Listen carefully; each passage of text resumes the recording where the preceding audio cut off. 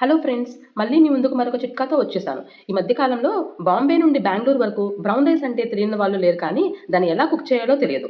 అందుకే బీ కూల్గా brown rice ఎలా కుక్ చేయాలో ఈ వీడియోలో చూసేద్దాం. ఈ మాత్రం హింట్ ఇస్తే చాలు, చెలరేగిపోతారు అంతే.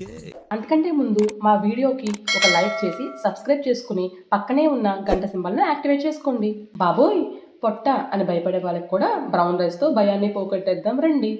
పెద్ద సమస్య వచ్చి పడిందే, ఇప్పుడు ఏం చేద్దాం? వైట్ రైస్తో కంపేర్ చేస్తే బ్రౌన్ రైస్లో గ్లైసమిక్ ఇండెక్స్ తక్కువ ఉంటుంది, షుగర్ లెవెల్స్ త్వరగా పెరగవు.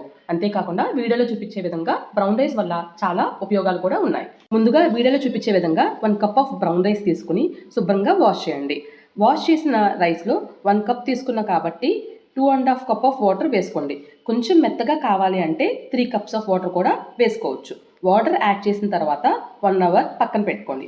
ఇలా పక్కన పెట్టడం వల్ల బియ్యం బాగా నానతాయి, అలాగే కడుపు నొప్పి వచ్చే అవకాశాలు కూడా చాలా తక్కువగా ఉంటాయి. 1 అవర్ తర్వాత స్టవ్ మీద హాఫ్ బాయిల్ అయ్యేంత వరకు హై ఫ్లేమ్ మీద ఉడకబెట్టి తర్వాత సిమ్లో పెట్టండి.